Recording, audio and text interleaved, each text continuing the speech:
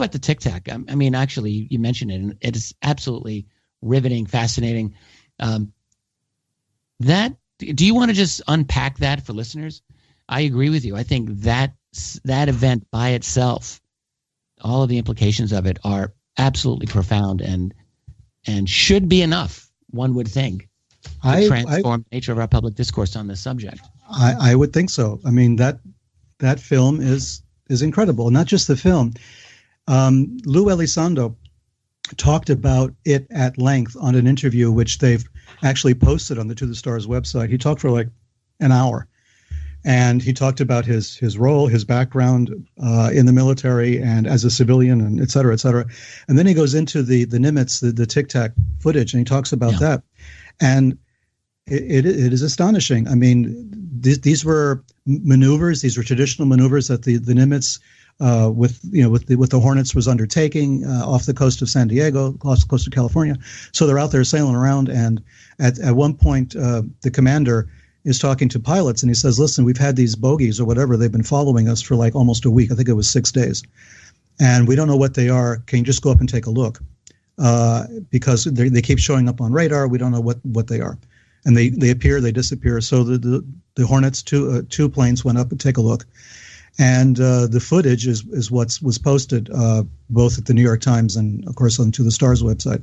And what you see is something flying around, making incredible maneuvers at incredible speeds, making impossible starts and stops, and flying straight up and then straight down, and then to a dead stop 50 feet above the ocean, and then taking off again in another direction.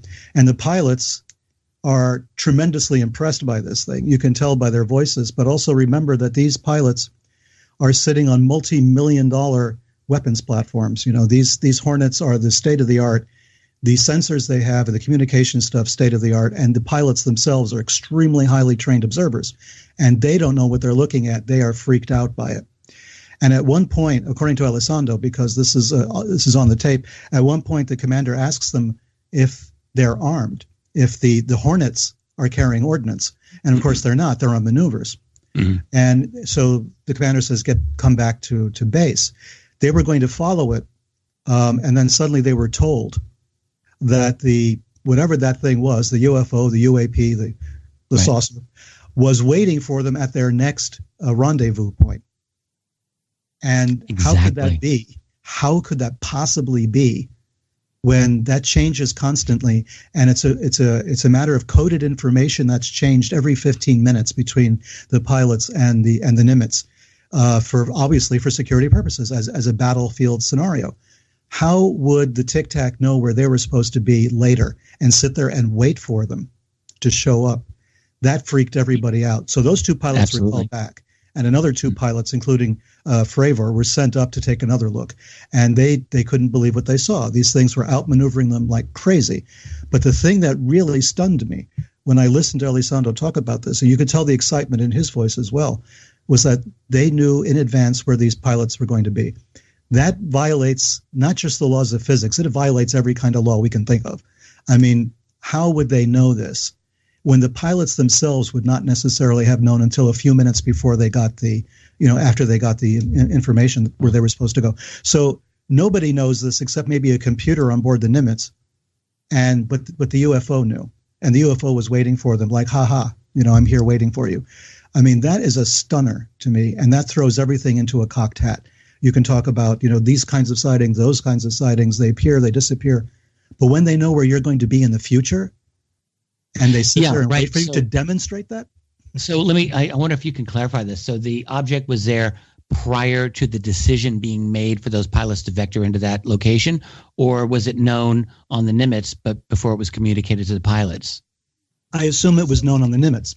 Yeah, but not communicated to the pilots. Yeah. So, well, at the very least, it indicates that this object was able to defeat the U.S. Navy's most highly encrypted types of communication, which is a very serious matter. If you're in military national security, there's very little that would be more important than that, than knowing that a potential enemy would be able to, with ease, apparently, with the greatest ease, just get through your encrypted communications, which are changed every 15 minutes. But there's one more thing to attach to that. Not only would they be able to decrypt an encrypted communication, they'd be able to understand it. Good they point. would share language with us in some form, whether mathematical or any other way. They were able to interpret the data and go to that particular rendezvous point. That Well, to very me good was point. And also, I mean, understand the Navy's particular nomenclature and their own particular very specific way of communicating. precisely. You know, I couldn't. Even if it was Right. unencrypted for me, I would completely fail that test. I have no doubt. But this object was able to unencrypt and understand. Very excellent point. Which And then, means of course, that when Fravor gets there, yeah, he go on. describes the performance capabilities of this, which are so vastly outstripping the F-18A Super Hornet. That's a whole other aspect of the encounter.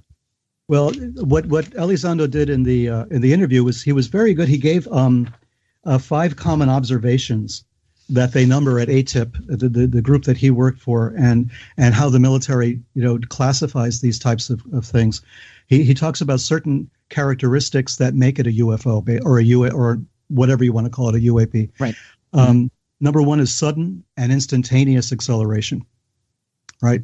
Which is something we can't do. Hypersonic velocities. I mean, low observability. Observability, yes. Oh my God! I thought I recovered from contact. I guess I haven't.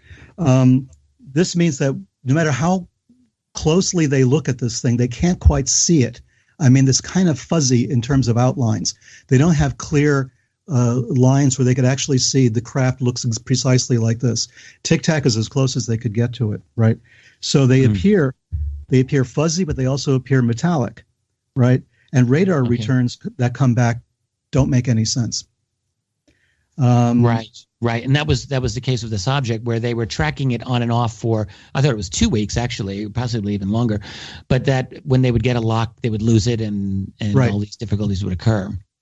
And another aspect is the fact that these objects can move in various layers of the Earth's atmosphere, possibly even in outer space, and in the water, seemingly without any kind of resistance or friction.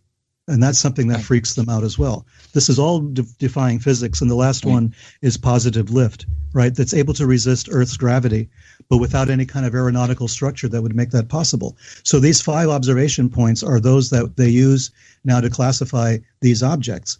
And we have nothing anywhere on the planet, as far as we know, that can do either one of these things, not to mention all 5. Yeah.